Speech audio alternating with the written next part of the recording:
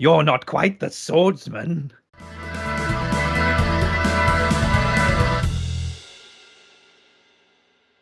Good evening, ladies and gentlemen, and welcome back to another episode of Monday Movies, the hit new podcast, show, whatever you want to call it. I'm Tom Gibbs of TGMA Productions, and I'm joined once again, and as always, by co-host Stand Wilks. How are you doing today, Stan?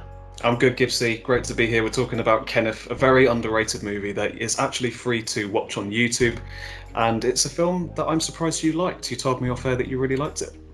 Yeah, I wasn't too sure what to expect watching Kenneth because it's my first real indie movie as such. I've only ever seen what you'd describe as, I don't know, a theatrical type film, only in theatres and then is very widely talked about. But I hadn't heard of Kenneth at all until you mentioned it to me, actually. And so I gave it a watch earlier on, or last week or so. I really enjoyed it. I'm glad to hear it, because it's a film for me that is incredibly reliant on its cast, and I think it gets the cast truly right from the ground up. And we've got a great performance from Duncan Casey playing the titular Kenneth with that Leeds kind of northern accent there, I like. Indeed. And he kind of befriends a Liverpudlian after a while, doesn't he? When he realises that his life's just kind of falling apart. It's kind of a midlife crisis movie, isn't it? Yeah, it is. And from the get-go, watching in, even just from the opening scene, where you've got Kenneth, who is at the doctor's office. Yeah. I thought it's a cold open, isn't it? It is a cold open. But you've got that scene where I picked up on there's no dialogue being used at all in that first scene, and it relies purely on the actors to portray their feelings, the general mood of the setting. And you see that Kenneth is sat there kind of awkwardly waiting for something. He's fiddling around, breaks the model of the brain, for example. Which is sorry to interrupt you, that's a lovely little detail for what's to come, isn't it? Because it very quickly sets up that his brain falls apart during the movie. Yeah, it's a very subtle little addition there.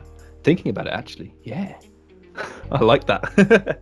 Because that's the film in a nutshell. There's this kind of very clever visual symbolism to it that is all visual, but it doesn't tell you what it's trying to say.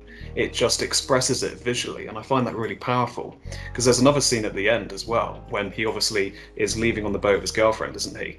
And his inner tormentor, who is personified by a really strange goblin. Amazing performance, by the way, there.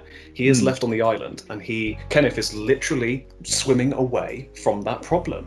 It's the start of a new life, kind of exaggerated by that boat. It's so clever.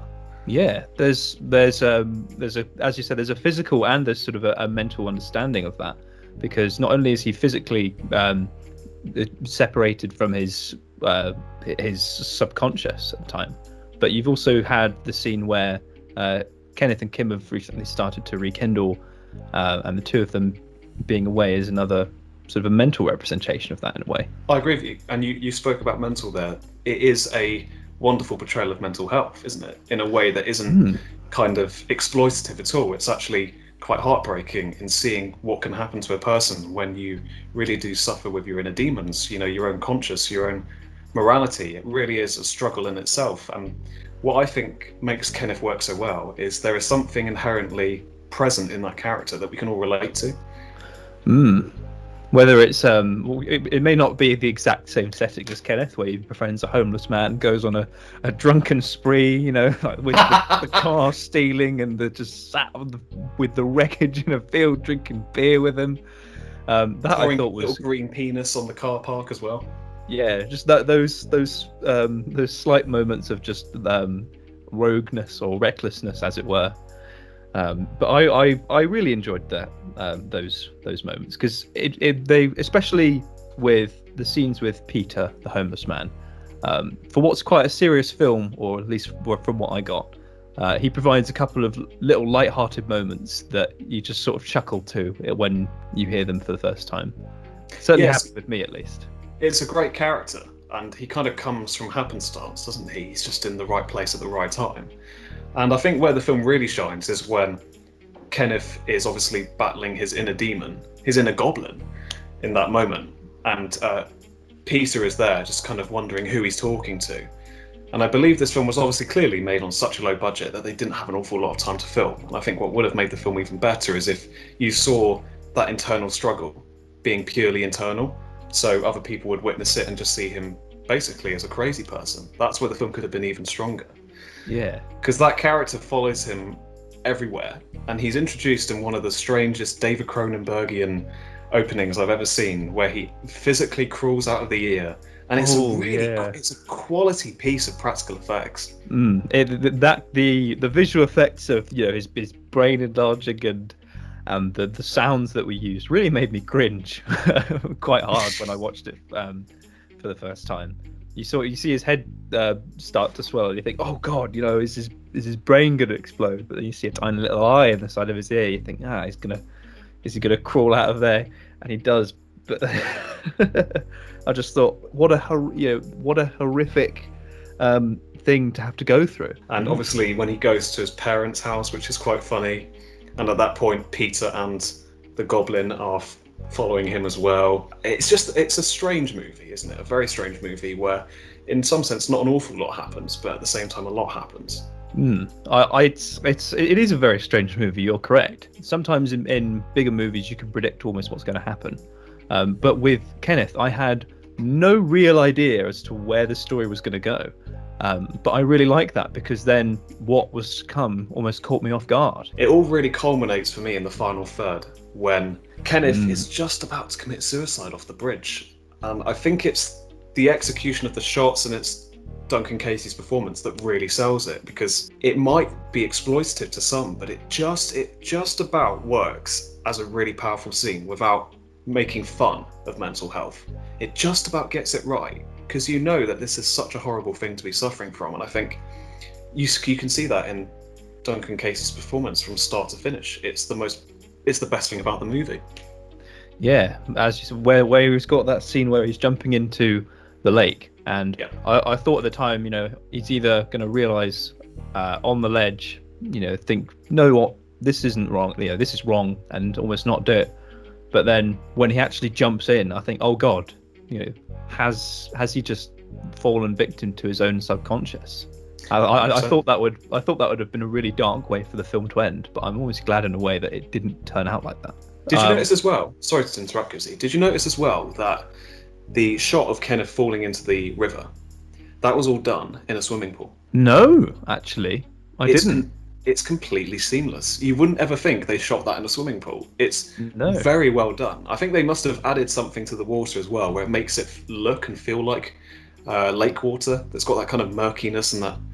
Yeah, I thought that it had been done in a lake, because it had that effect even just things like the lighting or the texture of the water. You didn't think, oh, that's a swimming pool. I thought that's just a lake in the wilderness where Kenneth and the subconscious goblin are being filmed, where Kenneth is drowning. I never would have known, to be honest. It's really well done, and I think in a way the low budget nature to this film is actually what makes it so unique. I wouldn't mind a brand spanking new Blu-ray of this film, because I would instantly pick it up straight away, because this is a film that doesn't get the justice it deserves, really. It's 72 minutes or something like that. It's very short and sweet, and I don't know if you agree with this, but for the pacing wise, for me, the film starts and ends in the best way possible, and everything in between is necessitated and warranted, and it feels like the editor was incredibly lean with what stays in the film, because it doesn't waste time. It's so quick, and by the end of it you go, that was an hour and a bit. That felt like nothing. Yeah, it didn't seem like any of the scenes in the film were something like filler scenes, because even when Kenneth is going on his wild bender, you think either that's his wild bender. That's either I thought, and when there are the scenes where Kenneth and Peter are sat together, I almost felt like that impacted the film even then, because you've got Kenneth slowly starting to build some of his self-confidence back just by talking to Peter. That's a really good point, because in Peter he kind of finally understands what he has and what he should be grateful for, because there's that lovely scene where Peter just kind of gets really frustrated, doesn't he? And basically, without saying it, he says, you're self-entitled, you don't realise what you've got, you should be more grateful. Because poor Peter, he's a homeless man, isn't he? He does not have much to live on. No. And that's really well executed in the film. Once again, that portrayal of not only mental health but homelessness. The film really hits the beats really well, and that's a lovely moment. And I think that really is the birth of Kenneth starting to realise that his life has got to change, doesn't he? Yeah, Peter is a character who There's a lot more to Peter than you truly expect. You get revealed slowly that Peter has a past. That he mentions being in the army and never really leaving. You think, what caused the downfall for Peter? You never truly get to find out. But one of my favourite scenes from the film is when you have Kenneth at the phone box or the phone booth, 100%. speaking to Kim for the first time, and that doesn't go particularly well. Then Kim's brother comes along, with his goons, beats him up and takes his shoes, whatnot. But Peter's watching in the sideline that whole time, and as soon as Kenneth leaves, you see Peter then go to the phone box himself to make what is a call to his wife and kid. I think that was a really nice little feature, and probably my favourite scene in the film. Yes. I remember Peter saying, like, "Is your mother around?" or something like that, and I thought, he's got either a wife or a partner and a kid of his own that is somewhere. And Kenneth being there and calling Kim himself has inspired Peter to then do the same.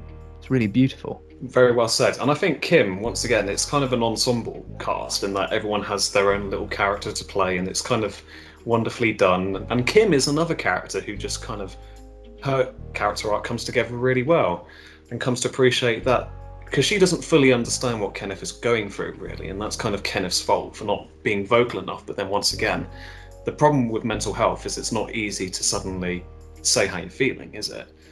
No, not at all. And so Kim is kind of left in the dark a little bit, but understandably so. The whole point of that character is what I get from her is she's so loving and so caring and so wholesome in a way that she just kind of misses it, doesn't she? And that's purely Kenneth's fault. Yeah, you don't really get a sense of hatred for Kim in any point of the film. Even just from when the two of them are at the restaurant for the first time, you think, oh, Kim's mentioned they need to have a talk. Is she going to dump Kenneth? But that wasn't her intention at all. I think she just wants to get to the bottom of what's been going on with Kenneth lately. Exactly. Yeah, I completely forgot about that, because he instantly goes in thinking he's going to be dumped, and it's the whole problem with the inner psyche getting to you, making you think of thoughts that you shouldn't be thinking. Yeah, and the subconscious reminding him, oh, you already know how it's going to go, so why even bother going in there? That sort of thing. We really need to spotlight just how incredible that performance is. What, from the ear goblin? The ear goblin. It is astounding. It is so great, because there's something about the tone of Kenneth where it's got this kind of sincerity to it, but at the same time it has the freedom to be silly and kind of strange and bizarre and funny. And I think 80% of the comedy does come from the ear goblin. Yeah, it's Stephen Mosley, I believe, is the actor that plays the ear goblin. He does a fantastic job. When it comes to score as well, because I think this film has such a great story to it already. The score for me doesn't really stand. Actually, does it stand? It does stand out. It's just that I don't remember many of the cues. I think it's the kind of score that you need to watch in the context of the movie, because I don't think the score stands on its own particularly well, but I think in the movie it has a presence. Yeah, I noticed that with the music, the music style changes depending on what mood is trying to be portrayed, and I really like that when it's being used in the film, because when Kenneth is feeling, what's the word, uneasy, or he's like clutching his head, you've got that very surreal synthetic type sound effect. But then it goes to a mainly orchestral use throughout the most of the film. But then when Kenneth goes rogue or has a good time, it goes to the happy sort of ukulele strum type music. That is the thing, though, when you mentioned it doesn't really stand out on its own very much. I can understand that. Sometimes it feels like kind of music that a YouTuber would use. Is that weird to say? I do know what you mean. There's something it's not to be too critical. It certainly doesn't sound like stock music, but it just doesn't feel like you'd want to listen to it outside of the movie. It's that kind of music. No, it's not very. It's not a very grand or magnificent piece, which I think fits the feel of the film quite nicely. But as a piece of music on its own, I think you're entirely correct. It doesn't really make me want to listen to it on its own, exclusive. In a way, there's a budgetary restraint on the movie, But the fact that it manages to transcend it, and you suddenly see a story of almost real human beings suffering from real human problems, that's the most powerful thing about it. And I think it really comes together in quite a nice ending as well, where he's obviously outrunning the police and Peter manages to help him break a tooth in the process, which was really nauseating, to be honest. But that kind of setting to that action scene was quite fun. The whole kind of terrace house estate of the Leeds area, you know.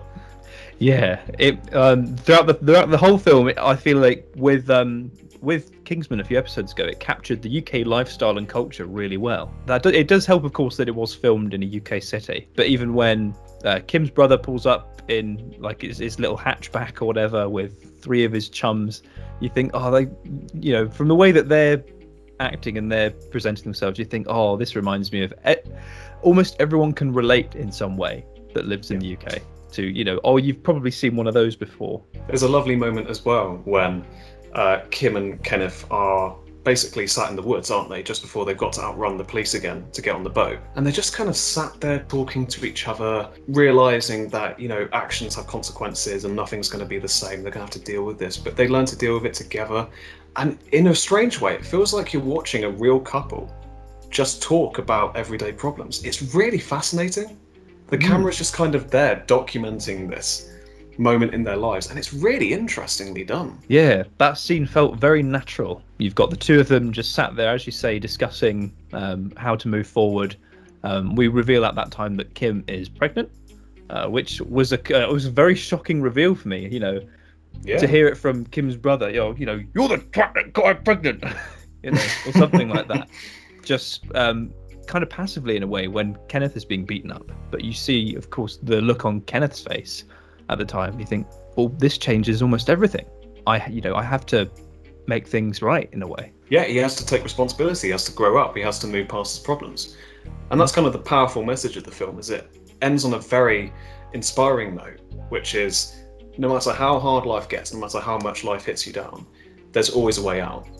To quote Doctor Who, there's always a way out. There's always a way for you to do better, to be better. And that's kind of how I feel about the movie. It's been a while since I've seen it, but just talking about it makes me want to watch it again. Just for that human life feeling to it, where you can just completely relate to Kenneth. You can see yourself in that role. A fantastic film all round, I think. For, again, my very first indie film, it's made a good impression on me. I should potentially watch a few more of them in the future. Anyway, that is our episode on the highly underrated film Kenneth, starring Duncan Casey. You should totally check it out if you've got the time. Once again, it's on YouTube for free. Please go and support the creators of this movie, who, in my opinion, have done a wonderful job with such a low budget. Gibbsy, where can we find you, mate? So nowadays, I am most commonly active on my YouTube channel, TGMA Productions.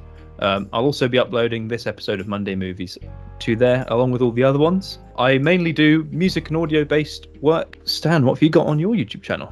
Well, guys, I have many short films, which I've done as a college student and a university student. You can also find my music and also the previous episodes of Monday Movies. Feel free to find me on Twitter at Stand Wilks 10 as well. And if you have seen Kenneth already, please, in the comment section below, tell us what you think of the movie. It warrants a very thorough discussion. Guys, thank you so much for your time, and we shall see you in the next episode.